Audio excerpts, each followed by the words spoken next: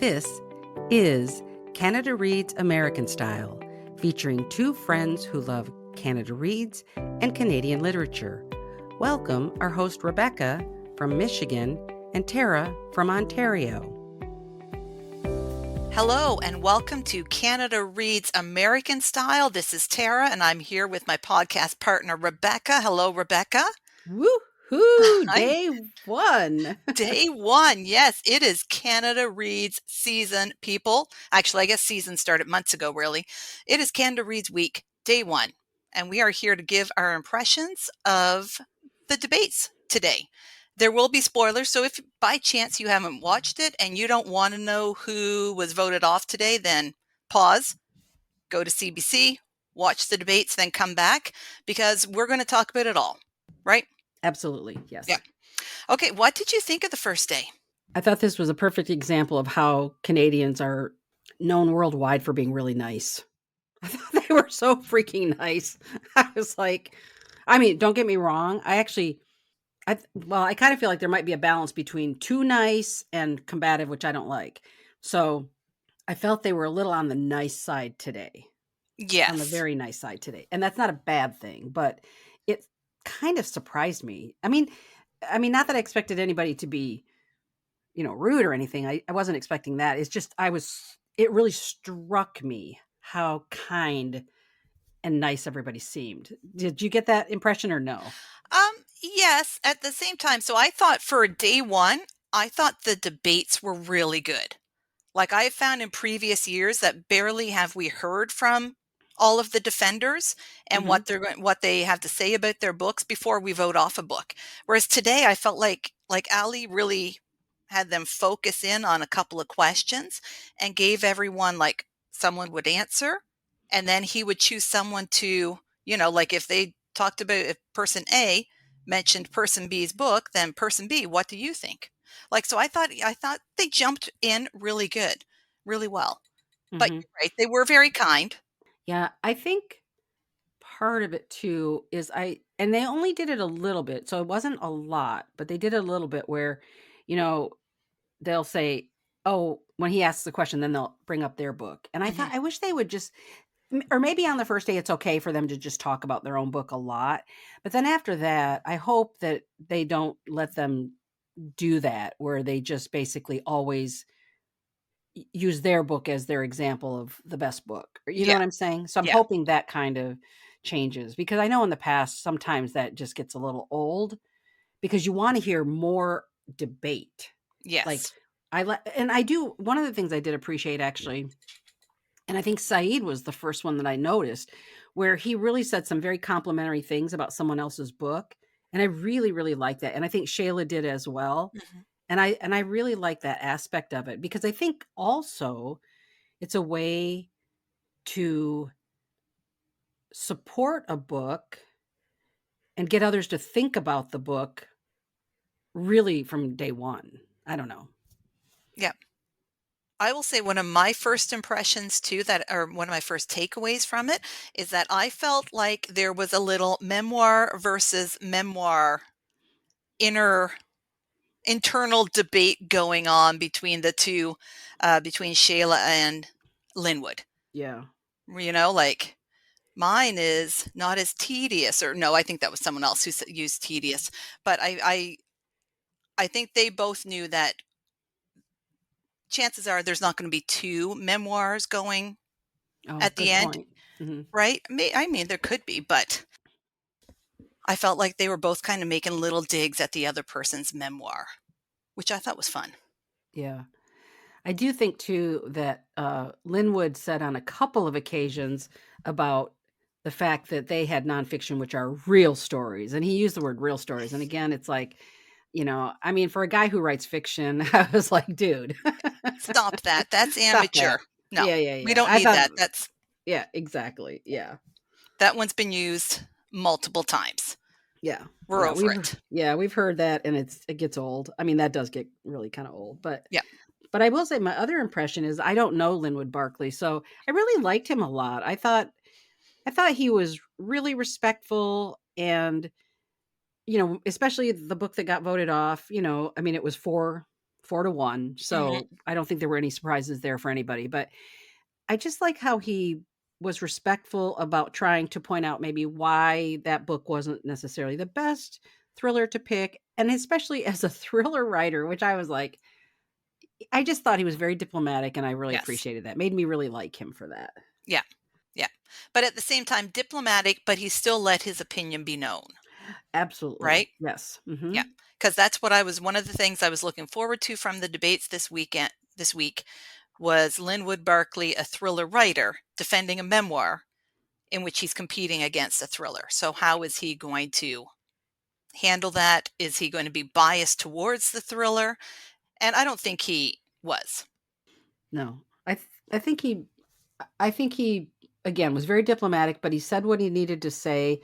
It was true. I think everybody pretty much would agree with him. I can't imagine anyone disagreeing with him on that topic. So I think he and I do think everybody was waiting to see what he would say because he is a thriller writer. I think he knew that going in and he had to really be diplomatic. I keep using that word, but he was like you said, he got his point across, but he had to know everybody was waiting to find out what Mm, he would say about it because yeah. that's his area of expertise. Yeah. So let's get into the debates. Ali asked the defenders two main questions around which their arguments, the debate centered. So let's look at the first question. It was, what does your book have that others don't? Anyone stick out? I think this, I didn't mark exactly which answers to the question, so hopefully I've got this one right. But one of the things, oh, can I just jump in and say this really quick? Yeah. I actually wrote down how much time they spent on each sort of section, and I just want to mention that the intros went from 10:05 to 10:22. So they spent like a quarter of the time on kind of the Oh, showing the yeah. movies, or I mean, showing the little blurbs, and then letting them do their 1 minute things. So then, yeah. So then the question I think Etta I think, is it Michelle Morgan? Is that her name? Yes. Michelle Yeah. Morgan? Yeah. I think she's the one that just and this struck me because I wrote it down, where she said that Etta and Otto, it gives you space to breathe, and then she said it's something and I didn't get the whole thing, but something like it doesn't force you into maybe like into a rigid box or Hmm. something. She didn't say it that way, but Yeah. I just like that, and because she said it's the planes, it gives you the space to breathe. I really Yeah. love that. I did too. I think the phrase she used too was like creatively read, Oh, yeah. which I thought was a really cool phrase. And I think she's been checking out what people have been saying about the books and maybe the open-endedness of it and maybe the confusion as to what's happening with the different characters and stuff. And I think that was her, not argument, but her response, sorry, to Yeah. that Yeah. style of writing, that you can make from it what you want. Mhm. Yeah. So how about you? How did you feel about answers to that question?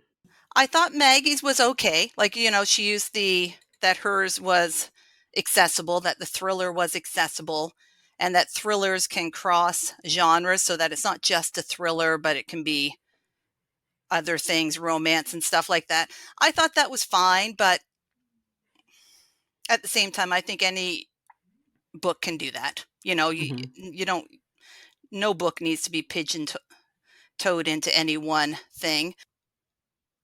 Linwood, oh, I like that he said that that Wayne's writing elevates the human story. Mhm. That it was and then he took like a little dig at Etta and Otto by saying the stylistic approach took away from the story. So I thought that was interesting that right from the first question, he was willing to get into it, but very like Mhm. subtly. He's like, Mhm. took his opportunity to point out another book that he's like, this is what my book does. And maybe this other book doesn't do it so well, And kind that of might thing. be his way of identifying who his competition is from his point Yes. of view, right? Is he kind of like you said, he puts that subtle dig in there, like right at the very beginning. Yeah, I think so. Yeah.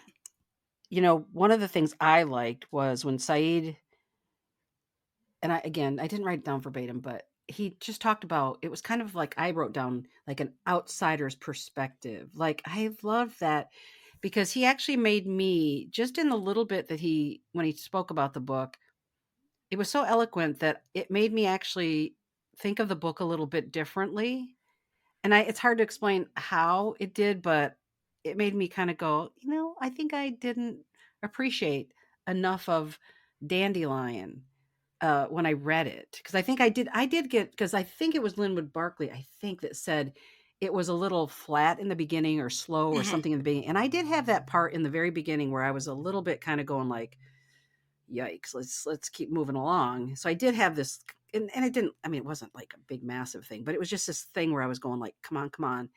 And so, anyway, I kinda felt like maybe Linwood did about that piece of it, so but I just loved when he said that about outsider perspective and also the idea which I think is so powerful, this idea of immigration and how not everybody who comes to a country or goes to a country wants to be in that country or stay in that country. And I thought that was the powerful message of Dandelion Yeah. because the mother really did not want to be in Canada and she made a choice.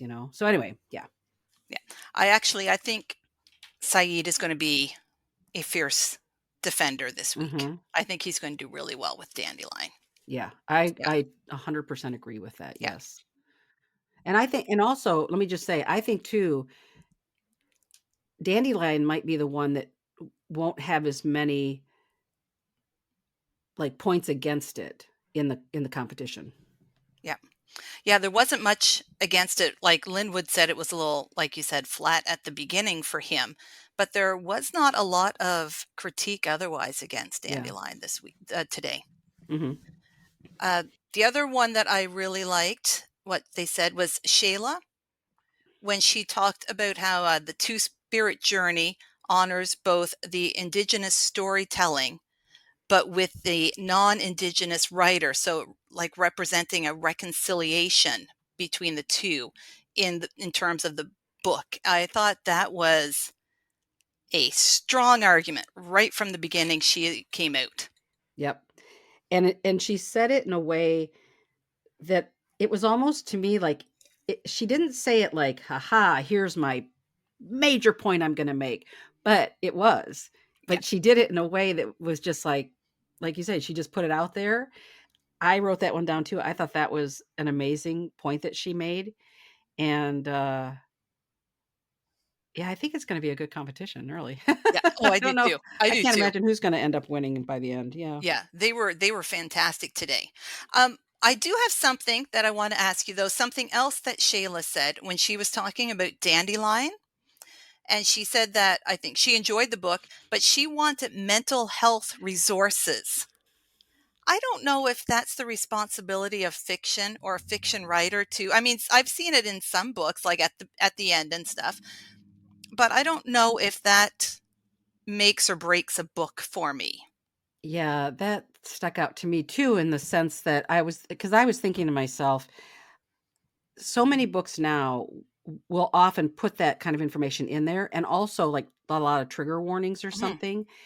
And I just don't know how I don't know how important that is. I don't know. Like I don't know if it's like a publishing thing, where it's become this thing that publishers do and how much it's critical to be there. You know what I'm saying? Yeah. I just haven't I just don't know. And I'm somebody who I read a trigger warning, but I actually don't like to read them because sometimes they'll say there's a trigger about something, and I'm reading the book, and I'm like, "Wait a minute, so this is gonna have, like, sexual abuse or something in it." Like, I don't know that when I go into the book, so I actually don't like them because they often can tell me more about the book than I want to know in Mhm. that moment when I'm starting it. So, yeah, but I do appreciate for people who need them or want those resources at the end, I get it, but yeah, I talked way too long on that, but because 'cause I'm Yeah. still trying to process, like, whether I think that's important. Maybe that's a Yeah. trend now or so I don't know. I don't know, or if it's like driven by the author that they want it included, but I just don't think that it's every author should feel the need to include it. Right. Like, I just thought it was kind of a weird criticism of a book to not have it. Yeah. I also it could be a generational thing too, maybe, that, younger readers True. are are seeing it in books and maybe they expect sort of to see that, whereas, us old crusty old ladies, we're just like sorry, that was a snort, but anyway, that we don't like, I don't know, you know what I'm saying? I don't know. No, very good point. We are Yeah. of, like, as much as I'm trying to break myself of it, I am of the "suck it up" generation, and Yeah. it's like, it's not a great generation, that aspect of it to be part of, and I'm trying to, like, kick myself but every now and then you're just like, "Ah, nope, not Yeah. saying it." Exactly. No, I feel the same. Yeah, I feel the same way. Yeah, It's something that we kind of grew up with that sort of behavioral thing. And I try to kick it as well because I yeah, try to be more open and understanding of people. And that's why I say I struggle a little bit with that stuff because I'm not sure, is it really serving people or is it become a trend in publishing? I don't know. yeah. So Okay, question 2 was, which book best helps us get through this thing called life? I paraphrased Ali. I think he worded it much nicer than that, but and let me just go back to I was meant to say this earlier. Okay, oh, yeah. so in that first question, what does your book have that others don't? That went from 10:22 to 10:38. So it was Hmm, about 16 minutes on that. yep. And then they did the author gifts, like, or I call them Oh, author gifts, yes. but like the authors, what they would give them if they won. Yep. And so that kind of goes in with this other question, and that went from 10:38 to 10:50. But that one, I thought it was a little bit of an odd question. So be honest, the answers didn't really stick with me. So what do you Mhm. have on that? Let me see. I'm gonna look through my notes and see if there's anything that, like, stuck out. I mean, Michelle voted for her own or said it was her own book. Hmm. Oh, actually, I like Saïd. I like Saïd's because he agreed with the Etta and Otto and Russell and James, but with his Oh yeah. background, I thought was really cool because he said it puts you in the shoes of a person with Alzheimer's, and that even at the same time point that he thought sometimes it was confusing. It was confusing because you were in the shoes of the person with Alzheimer's. So I really liked his Yeah. what he had to say about Etta and Otto Yeah. right here. Yeah, exactly. I agree with you. That was really interesting. Yeah. I like that. Let's see. Maggie did not like Etta and Otto. Oh She yeah, said, that's right. yeah, She voted against it. Yeah. yeah, she didn't like the stylistic writing, and she went with her own book for because it provides escapism. Just that's a valid reason to have your book there. Linwood essentially went around a little bit and said that all of the books are about struggling and overcoming diversity. Memoirs, especially because they are true stories, Yeah. and that if Wayne can get through his struggles, then we can get through our lives. So essentially, his own book. Um, I have nothing down for Shayla except her name, so I think she must have just went with her own book as well. Yeah. And I do have written here that Linwood said that Dandelion sort of read like a memoir. He did Yes, say that. Yeah. yep. Because and when he said that, I was like, "Oh, he's right. It totally did." Oh, I know what I love that he said, that Linwood said was because I thought when he said it, I thought, damn it, I feel that way. He said that watch out for her. He said it was like the characters had to meet the plot instead Hmm. of the plot driving, the characters had to fit. Well, I'm not sure how I'm saying, but anyway, I like how he said basically that it was almost like you had the plot, but then the characters had to like wiggle into it somehow. Yeah, And I thought that was really good because that's how I felt. Is that it felt like the story was just going to be the story, and that the character development wasn't there for me. You know what I mean? So I feel like anyway, I thought that was a really great comment that he made. That was a great insightful comment. yeah. I think Linwood, the thriller writer, put the nail in the coffin for the thriller book. I really, Yeah. because he made some really good arguments against that particular thriller. Yeah. And I also liked when he made that comment about Ross McDonald because I think when Maggie made the comment about accessibility and, almost kind of like you want a light read, like, because right now she was saying in her own life, she wants to read something maybe, um, not, not, she didn't say not challenging, but just more Mhm. like just to read for fun or relaxation or whatever. But then I love that Linwood made that point about Ross McDonald. And he said, he writes about environmental issues. And so it's a thriller, but it has this other side to it as well. And that's what I'm hoping, that if they're going to, have other people in the future introduce, romance or any other genre, right? That they're looking for that a little bit more of a layer to it so that they can stand up against other books that have those layers already. You know what I Yeah, mean? So, and then yeah, that way, I think then it's a true competition of including a genre that could win. yeah. But this book, I mean, no offense, but this book, is just never going to win. No, Wasn't even going no. to get close. Yeah. I mean, her only, real argument for it was the escapism part Yeah. of the reading experience. That was all she kept going back to, was that Yeah. the escapism, and it's you need more than that to win the competition, Yeah. you know? Oh, I did find it interesting right here. This will be my last one before we move on.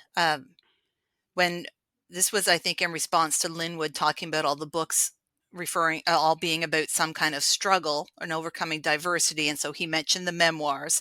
And then Michelle said that there was trauma in Etta and Otto as well. But she said it isn't tedious and tiresome. And I Hmm. think that was kind of her comment against the memoirs. Like, I think she was like, oh, there's trauma in my book too, but it's fun to read. Yeah. Yeah. Yeah. Because somebody said, oh, it was Shayla said that Jenny's boy was repetitive. Yeah. That's what she said about it as well. And and then I thought, well, and the argument is obviously it was a short period of time that they were doing, so it was going to be repetitive to some degree. But I do think that's definitely. I know when I was reading it, I did sort of sometimes feel like oh god, it's so hard, and we've heard this over and over again. Like it's this kid is still sick. He's not getting any better. And, he's being abused and, emotionally abused by this family and blah, blah, blah. So, yeah. So it was repetitive to some Isn't degree. it so weird when, because someone else agreed with her too that it was repetitive? I did not think that at all. When she said that it's repetitive, I'm like, repetitive? How? Like, in my head, I did not see the repetition at all. I think for me, it was more like, because he really was just going, he was at home and then he was at his grandmother's. He Yeah. was at home and his grandmother's. And the same things were happening when he was at home. He had to sleep in the living room, and he'd start out in the boys' bedroom, and then he'd cough and he'd have to go back into the living room. And then when he goes to his grandmother's, they're in that damn place praying and lighting candles and stuff. So I do feel like that's the repetitiveness of it Yeah. for me, is it this, but then again, he's 7 years old and he doesn't, it's not like they were taking him out shopping and doing all kinds of things. Yeah. The kid's life was homebound, Yeah. so there was going to be repetitive. And I don't think there's a problem with it being repetitive, but I do think that it is. I mean, it did come across that way. Oh Yeah. no, I'm seeing it now. When you Yeah. say it, I'm like, oh yeah, I am. I am seeing it. But when she first said it, I'm like, what's repetitive about this book? I'm like, but yes, yes, you are correct. Oh my gosh, but the book is making me laugh more now as I think about it too. I know. I love Um, that book. yeah. Okay. Should we move on to, I think it was just their final words, which was very short and sweet. Yeah. Yeah. And that lasted about 5 minutes. So from Yeah. 10:50 to 10:55. So, and then the vote. But yeah, I'll be honest, I don't remember their final words. Was there anything anybody said that was necessarily different than maybe what their opening words were? I don't.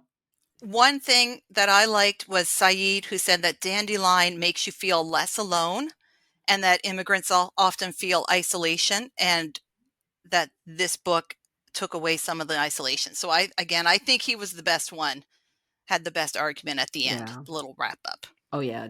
Yeah. I agree. Yeah. I forgot about that. Yeah, he's definitely, I think he's a dark horse because I don't know. Mhm. See, I didn't know who he was. And when I'm trying to remember, I had to have heard his interview on the next chapter. I listened to all of them. But isn't that funny? His interview didn't necessarily stand out for me the way the others did. So for me, maybe I wasn't expecting as much from him. But I thought he was really, really strong. Yeah. And I hope, and and now, yeah, who knows what will be at the end, but I think Dandelion could definitely be there on the last day for sure. Yep. I do too. I can't even remember what ones I said would be there at the end, but oh, maybe I do. But okay, what were your overall? How did you think they did overall, the group of them, the defenders today? I think I think overall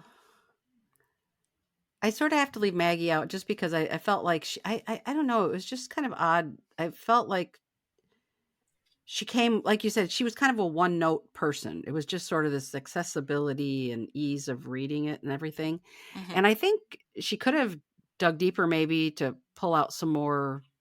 Oh, and I know when she said it's something like it's like everybody's family or something like that. And I was like, no, I don't think it's like everybody's family. So I think that was like an odd comment. But Yeah. so I felt like she did not, in my opinion, and I don't know her, but she didn't feel like she brought her A game, right? Yeah. Whereas the other ones, I thought all four of them made some really great points. But I have to say, it's so funny.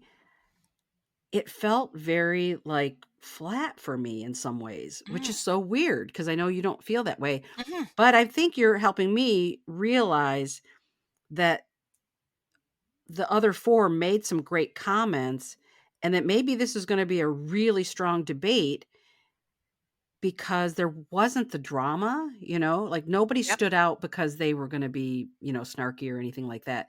So maybe it's just something you know what I mean? Maybe because in the Yeah. past we've had that. So yeah, so maybe it's gonna be a much better competition than I was feeling on day 1. Yeah. Yeah. Yeah. So Yeah, because I find, like in the last few years, I always find on day one when the book that is voted out, I always feel like sometimes I'm not always that surprised, but I always feel like the defender didn't really have a chance to defend their book.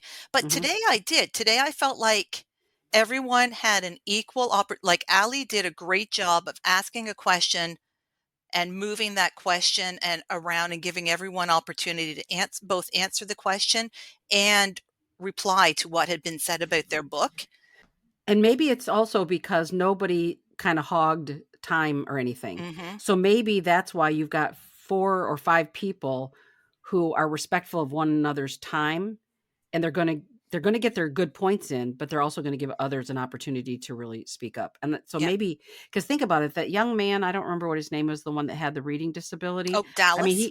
yeah. Yeah. He didn't really get to speak a lot, Yeah. he kinda got left behind a little bit.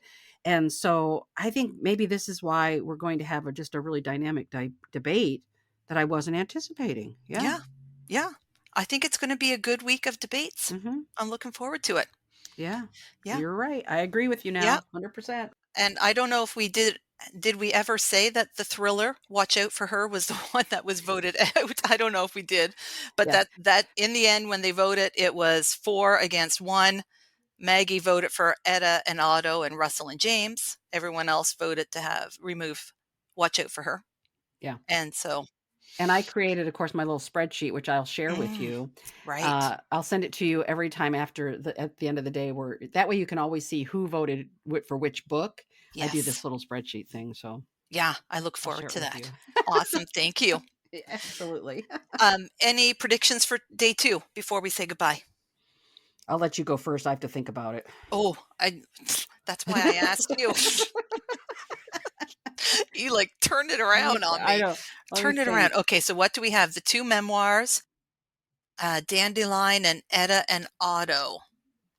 Mm, I think they might go after Dandelion tomorrow because do you? it didn't get any really Yeah, negative.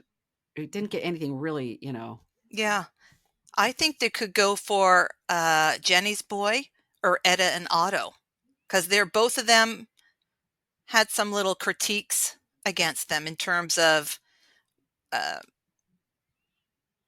understanding what was going on and the writing style with the long, uh, sentences, no quotation marks like Maggie had a problem with and stuff. So, and then the repetition of Jenny's boy. So I think it could be one of those. I think it makes sense that it would be one of those 2, but I think it could be that Linwood and Michelle might be looking at old Saïd thinking like, he did really well, so maybe we need to go after him. Like, that's Yeah. where the strategic piece of it might Yeah. pop in, because I agree with you. I think those are really good valid points, but it could be they go after Dandelion because of its strength today. Yeah.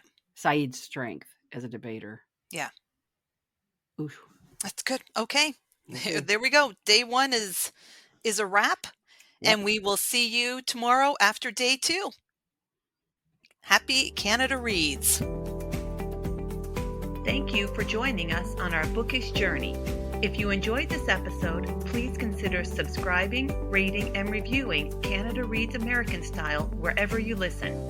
You can connect with the podcast and Rebecca on Instagram at Canada Reads American Style, and with Tara at On a Branch Reads. Until next time, keep reading.